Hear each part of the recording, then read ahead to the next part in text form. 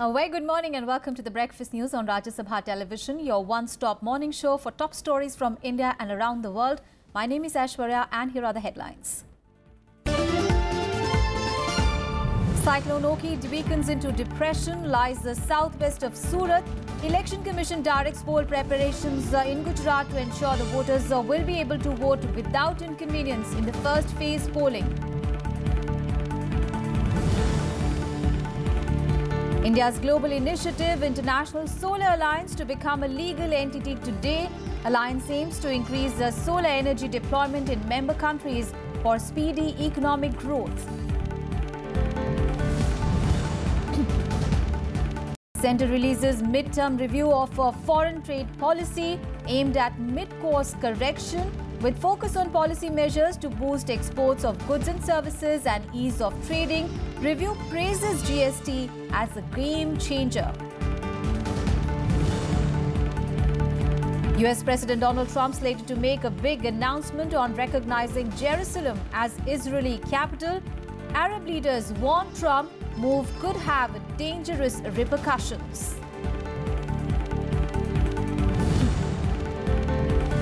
And Russia banned from Winter Olympic Games to be held in South Korea next year.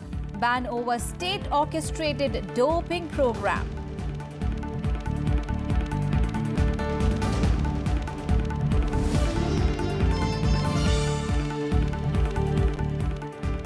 Our top story is on Cyclone Oki, which is showing signs of a decrease in intensity. The cyclone that is located 240 kilometers southwest of Surat in Gujarat is gradually weakening into a depression. Now, light to moderate showers have been predicted in the state over the next 3 days. The NDRF, Navy, Coast Guard and the BSF are on high alert. Cyclone Oki, which caused destruction in Tamil Nadu, Kerala, Lakshadweep and brought heavy rain to Mumbai and other areas nearby, is showing sign of decrease in intensity. According to the Meteorological Department, the cyclone is gradually weakening into a depression and is located around 240 kilometers south-southwest of Surat. IMD release also said that Gujarat will witness light to moderate rainfall at most places as the sea condition would remain rough for the next 18 hours. Yesterday it was very severe cyclonic storm, okay, and today it has weakened a little bit and it is now lying as a cyclonic storm. We have given heavy rainfall warning also in the southern parts of South Gujarat districts. The intensity of rainfall will decrease and further improvement in weather we will see from 7th onwards. And port warning we have given. Gujarat Chief Minister Vijay Rupani held a review meeting in Surat to oversee preparations. 1,600 people have been shifted to safer places in Surat. NDRF, BSF, Army, Navy, Coast Guard have been alerted. Prime Minister Narendra Modi said he is constantly monitoring the situation in various states. Ahead of the Gujarat Assembly elections, the Election Commission asked the Chief Electoral Officer of the state to prepare a contingency plan in the wake of the cyclone and to ensure that those affected should be able to vote. Union Health Minister Jagat Prakash Nadda took to Twitter saying that he had spoken with the Health Minister of Gujarat and assured medical support by the centre. Meanwhile, the centre issued an advisory of cyclone, warning of a rapid rise in the water level of rivers in parts of Maharashtra and Gujarat. The National Disaster Management Authority has issued an alert asking fishermen in both eastern and western coasts to not venture out in the sea for the next 3 days. Meanwhile, all possible efforts are being done to tackle the destruction caused by Cyclone Oki in Tamil Nadu and Kerala. The Kerala government has also intensified search and rescue operations to trace the 92 fishermen missing since 29th of November. Operation Synergy, a joint rescue mission by the Navy, the Air Force, Coast Guard and State Fisheries Department, has so far rescued 252 fishermen stranded in the seas in the aftermath of the cyclone. Bureau Report, Rajya Sabha TV. And now our special segment on the upcoming Gujarat Assembly elections.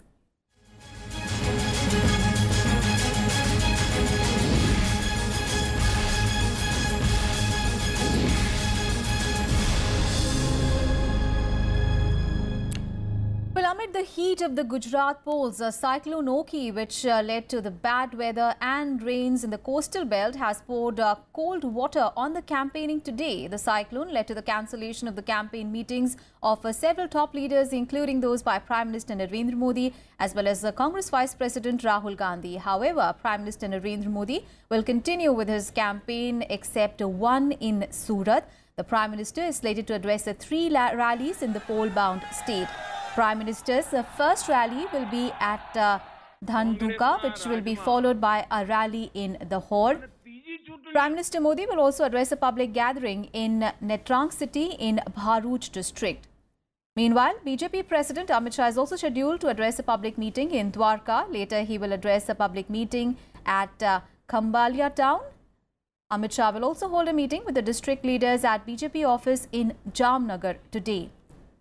Meanwhile, Congress Vice President Rahul Gandhi also cancelled his tour scheduled in Nirmala as well as Tapi, Surat and Dangs. His tour plan on 7th of December in central Gujarat has also been postponed. Meanwhile, Dalit leader Jignesh Meghwani is set to hold a convention in Ahmedabad on the death anniversary of Dr. B.R. Ambedkar. Dalit and Patidar leaders are expected to participate.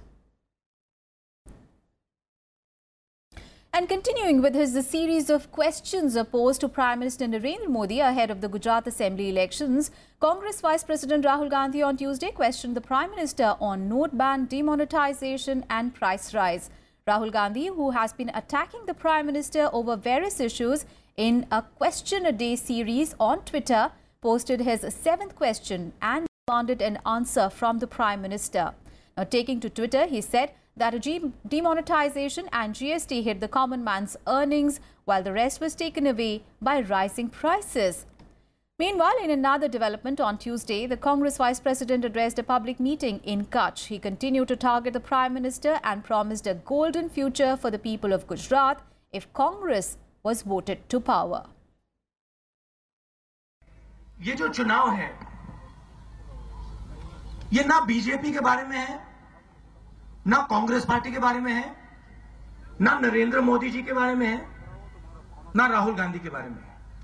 ये एक चुनाव जो है, ये सिर्फ एक चीज के बारे में है, गुजरात की जनता के भविष्य के बारे में। ये काम बीजेपी ने नहीं किया है।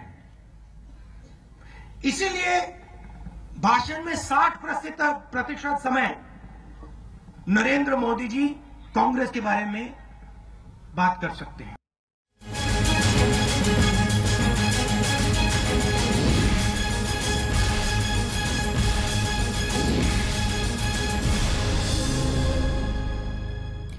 On to some other news now. The Supreme Court on Tuesday adjourned the hearing in the Ram Janmabhoomi Babri Masjid dispute case to 8th of February next year. The Apex Court also rejected the submission of the Sunni Waqf Board and others that hearing of the appeals in the case be conducted in July 2019 after the general elections.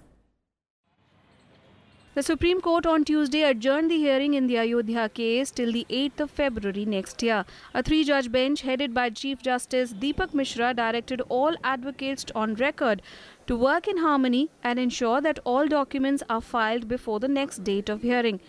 The direction came after counsel for the Sunni Waqf Board, Kapil Sibal, submitted that some exhibits and documents pertaining to the title suit haven't been filed. Court में proceedings हुई, जो modalities तय होना होती हैं वो हुई और अल्टीमेटली जो कोर्ट ने ऑर्डर पास किया और उसमें कहा कि कुछ चीज़ें जो कमी है पूरी कर ली जाए और उसके बाद 8 फरवरी को बहस की जाए. Some of the petitioner raised the issue of paucity of documents inside the court, but outside the court, the petitioners and the political parties have enough arm and ammunition to discuss and debate the issue. Now the question is, till when the Supreme Court will be able to decide the fate of this case and who will be the real owner of the disputed site. The bench also took exception to Sibal's submission, asking the court to hear the matter only in July 2019 after the general elections. Kapil Sibal का यह कहना था कि इसका जो 2019 में लोकसभा चुनाव होगा उस पर असर पड़ेगा, इसीलिए जून 2000 बाद इस मुकदमे की सुनवाई रखी जाए. इस पर कोर्ट ने कहा कि साहब हमें लोकसभा चुनाव या अन्य किसी भी परिस्थितियों को ध्यान में नहीं रख के कानून के हिसाब से जो भी निर्णय होंगे ये कोर्ट वैसा निर्णय करेगी। Stakeholders in the case moved the apex court after the Allahabad High Court directed the Sunni Waqf Board and the Nirmohi Akhada to settle for a three-way division of the disputed site in 2010. In March, the Supreme Court suggested an out-of-court settlement, but none of the parties agreed. Ravindra Singh Sharan's report for Rajya Sabha TV. Meanwhile, BJP President Amit Shah criticised Congress leader Kapil Sibal's appeal in the apex court to defer the hearing on the Ayodhya dispute till after the 2019 Lok Sabha elections. Now, at a press conference in Ahmedabad, the Shah asked the Congress party to clarify its stand on Sibal's appeal, who is representing the Sunni Waqf Board in court. The Congress, however, stayed away from commenting on the Ayodhya issue. कि Congress party ने इस पर अपना stand स्पष्ट करना चाहिए कि Congress party Shri Ram जन्म केस की सुनवाई जल्द से जल्द हो, इस विषय पर सहमत है या नहीं, या कांग्रेस पार्टी भी चाहती है कि 2019 के चुनाव तक श्री राम जन्मभूमि केस की सुनवाई न हो। इस बात पर कांग्रेस पार्टी ने अपना रुख स्पष्ट करना चाहिए। On to some other news. The Centre on Tuesday released the midterm review of the foreign trade policy with focus on policy measures to boost the exports of goods and services. The review also seeks to increase employment generation and value addition in the country. Here are the details. The government on Tuesday unveiled the midterm review of the foreign trade policy. The midterm review is aimed at addressing the issues of exporters and boost exports. The focus of the assessment is on simplifying processes, enhancing support to high employment sectors while leveraging the benefits of goods and services tax regime. It also explores new markets and products where India's share can be increased. जो sector को सबसे ज़्यादा immediate ज़रूरत है, जैसे कि employment जहाँ generate हो सकता है, जहाँ पे हमारा थोड़ा कॉम्पिटिटिव एडवांटेज जो था वो हमारे और कुछ देशों की वजह से कि जहाँ उन्होंने ज़्यादा इंसेंटिव देके ज़्यादा एक्सपोर्ट कर रहे हैं, उसको न्यूट्रलाइज करने के लिए और उनको ज़्यादा से ज़्यादा बढ़ोतरी देने के लिए इसमें दिया है। सभी देखो, आप देखेंगे तो एक्सपोर्ट के लिए सभी को कुछ ना कुछ इसमें मिला ही है। The FTP raises the incentive rate by 2% across the board for labor-intensive and MSME sectors under the Merchandise Exports from India scheme. The value of new incentives is 8,000 crore rupees, while incentives for exports of goods stands at 4,567 crore rupees. For service exports, it is 1,140 crore rupees. The FTP will provide an additional annual incentive of 749 crore rupees for the leather sector, 921 crore rupees for handmade carpets and 1,354 crore rupees for agriculture products. Only thing, the problem that they were expecting that this 2% MEIS will come across the board to all sector, which has not been announced. It is announced to the sector where the labor intensive sector. It's a good intention of the government. They have come out, whatever they have given now, but to make competitive, to increase the exports, 1 or 2% will not be suffice. The government also disbursed 451 crore rupees in refunds to exporters and issued GST notifications to address working capital concerns. Exports contracted 1.12% in October, mainly on account of liquidity problems being faced by exporters. The midterm review of foreign trade policy is aimed at mid-course correction. The 5-year FTP was announced on April 1st, 2015, setting an ambitious target of India's goods and services exports touching $900 billion by 2020. It also sought to increase India's share of world exports to 3.5% from 2%. Export promotion has been an area of priority for the government. However, global trade continues to remain subdued. And with softening crude and commodity prices, majority nations have less appetite for imports.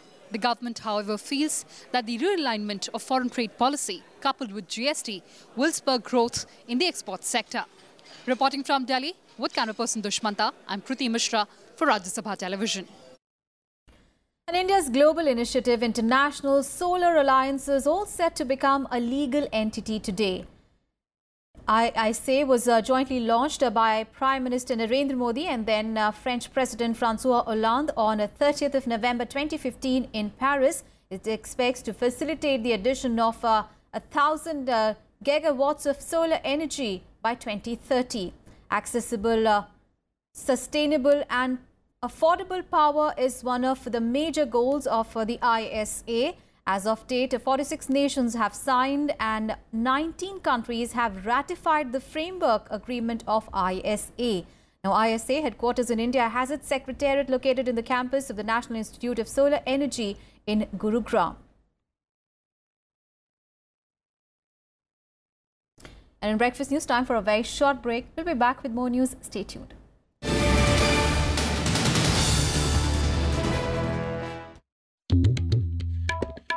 The story we thought we knew.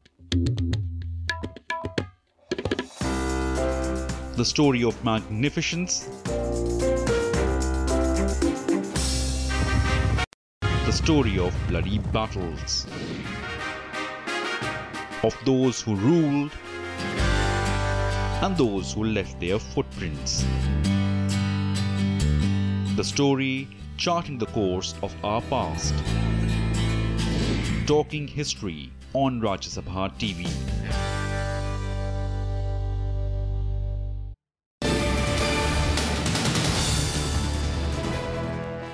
Welcome back after the break. Vice President M. Venkaiah Naidu was at the second convocation ceremony of the Swami Rama Himalayan University in Uttarakhand on Tuesday. Now, addressing the students, he said that there was a need to revamp medical practices as patients today are bearing the burden of unnecessary tests and poor medical facilities. The Vice President said that education is not only for employment but also for enlightenment, empowerment and enhancement of values and ethics. Asking students to not be afraid of setbacks, he said that they must focus on fulfilling their dreams. Medical profession is the best profession because if you take that as a mission, medical profession should be taken as a mission, not for a commission. And there should not be any remission or any omission. If you do it in perfection, then you will get real satisfaction.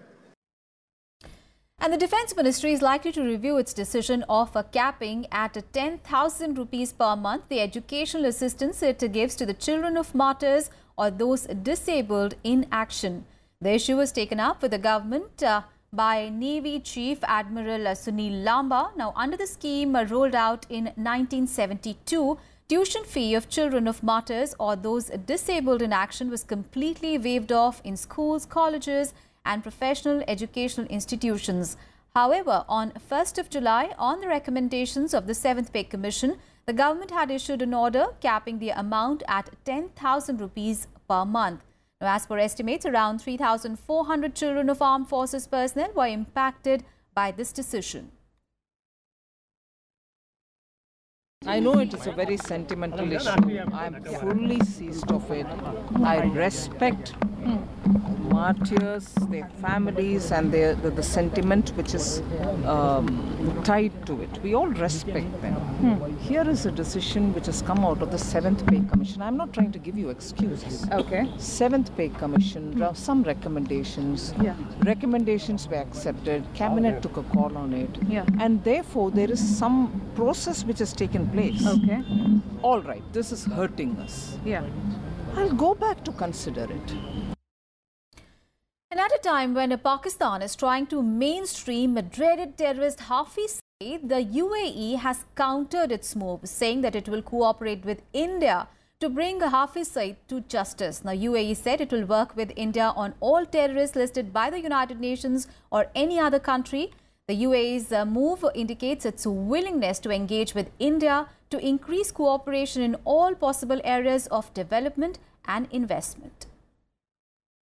The United Arab Emirates has condemned former Pakistan President Pervez Musharraf over reports stating that he wants to contest the Pakistani elections in alliance with UN-designated terrorist Hafiz Saeed.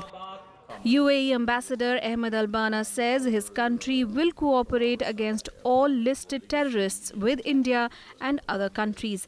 This cooperation will include sharing of information, intelligence and even extradition.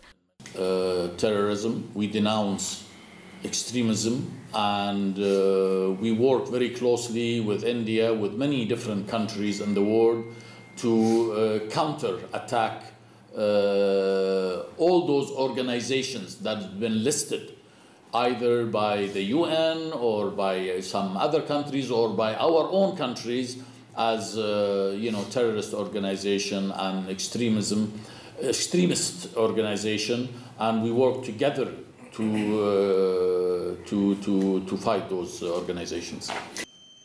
When Prime Minister Narendra Modi visited the UAE in August 2015, both countries signed 17 strategic agreements in the areas of trade, defense and combating terror. The UAE is keen to invest in various sectors, including infrastructure, but it wants legacy issues like big investment hurdles to be removed. We don't expect for India, to expect from us only to come and invest here. And it has to be a two-way affair, It has to be, we look at where are the strengths of India in certain ways. So therefore, we're looking to attract that into the UAE. And we look at what are the strengths of UAE, and we're looking to export that into India. In order to assist Indians visiting the UAE, its embassy in Delhi has started a mobile app. Provided in the Google Play Store and Apple's App Store, it services all needs from applying and tracking the status of passports to visas and also submitting attested documents. Developed on the lines of Digital India initiative, the UAE ambassador said the app will be of help to both Indians and UAE nationals. It's the first such app developed by the UAE. Akhilesh Suman's report for Rajya Sabha TV. Our top international focus now. Arab leaders have warned US President Donald Trump that moving the American embassy in Israel from Tel Aviv to Jerusalem could have dangerous repercussions. The developments come after Donald Trump phoned several regional leaders on Tuesday to tell them that he intended to move the American embassy from Tel Aviv. Donald Trump spoke to Palestinian President Mahmoud Abbas, Egypt's Abdel Fattah el-Sisi, Saudi Arabia's King Salman and Jordan's King Abdullah. Arab leaders warned Trump that the move will undermine regional stability. Trump also spoke with the Israeli Prime Minister Benjamin Netanyahu, who has long lobbied for the embassy to move to Jerusalem. Now, Trump is expected to make a public announcement today declaring his decision to recognize Jerusalem as the capital of Israel. And the city's fate is one of the thorniest issues between Israel and the Palestinians. If Washington recognizing Jerusalem as Israel's capital, it would be the first country to do so. Meanwhile, United Nations, EU, Arab League have all warned against actions to undermine the two-state solution. I know there have been a lot of questions surrounding the president's decision on Jerusalem. Tomorrow, the president will deliver remarks. The embassy, has the president made up his mind about this, or is this decision still in flux a bit? The president, I would say, is pretty solid in his thinking at this point. Any action that would undermine these efforts must absolutely be avoided. A way must be found through negotiations to resolve the status of Jerusalem as the future capital of both states, so that the aspiration of both parties can be fulfilled. The Secretary General has said that he has consistently warned against any unilateral action that would have the potential to undermine the two-state solution. And we've always regarded Jerusalem as a final status issue that must be resolved through direct negotiations between the two parties based on relevant Security Council resolutions. And let's get you some more news from across the globe in World Wrap. A senior United Nations official arrived in North Korea on Tuesday for the first visit of its kind in 6 years. Jeffrey Feltman, the UN's Under-Secretary General for Political Affairs, will meet with the officials and discuss issues of mutual interest and concern. The visit comes even as the US and South Korean military drills inflame tensions in the region, a week after North Korea said that it had tested its most advanced missile. The persecution of Rohingyas by Myanmar security forces may amount to genocide the UN Human Rights Chief Zaid Ra'ad al-Hussein has said. Addressing the Human Rights Council on Tuesday, Zaid said that UN investigators have received reports of acts of barbarity committed against the Rohingyas during a military crackdown in Rakhine State in the month of August. Zaid urged the 47-member council to recommend to the United Nations General Assembly to authorize a new mechanism to probe individual criminal responsibility. 3 men have been charged with the murder of a Maltese investigative journalist and blogger Daphne Caruana Galizia. All the 3 men pleaded not guilty. They were also accused of possession of bomb-making material and weapons. Caruana Galizia died in an explosion shortly after she left her home near Mostar on 16th of October. The 53-year-old was known for her blog accusing top politicians of corruption. Thousands fled their homes as several incredibly fast-moving brush fires pushed by howling Santa Ana winds scorched parts of southern California. None of the biggest blazes have been contained so far, as thousands of residents were forced to flee ahead of the flames. California Governor Jerry Brown declared a state of emergency, freeing state funds and resources to assist more than 1,000 firefighters who are battering to save their homes from conflagration.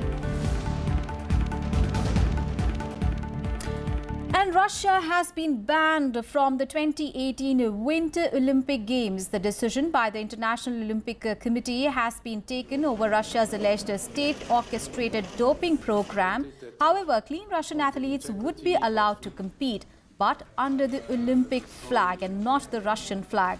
The ban has been handed over 65 days before the Winter Olympic Games begin in South Korea. The decision comes after a report by the World Anti-Doping Agency or WADA and 2 IOC investigations over drug cheating in the 2014 Winter Olympics held in Russia's Sochi.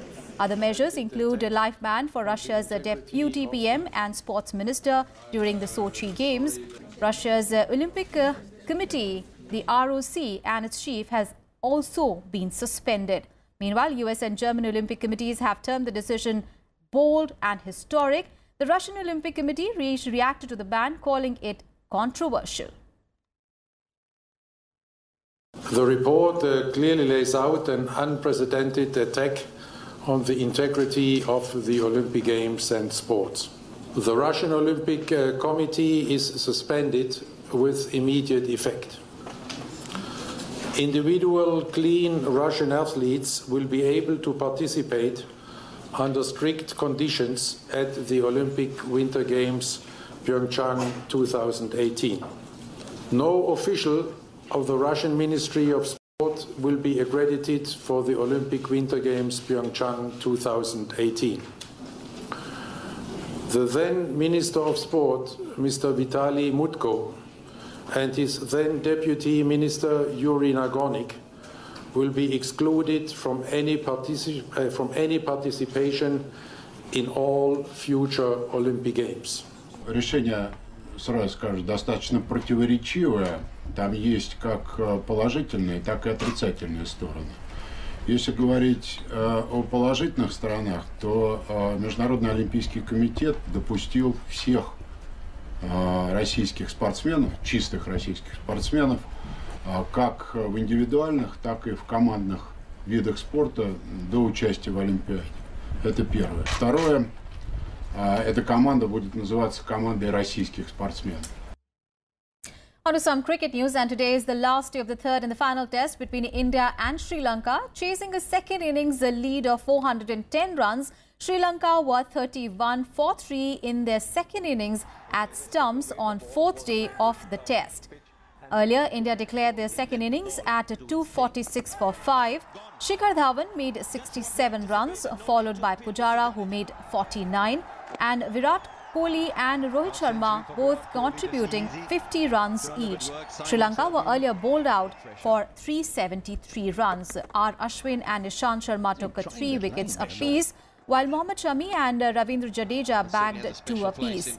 India had earlier declared their first innings at 5:36 for 7. This is the final test of the 3-match series. Now, India is already leading the series 1-0.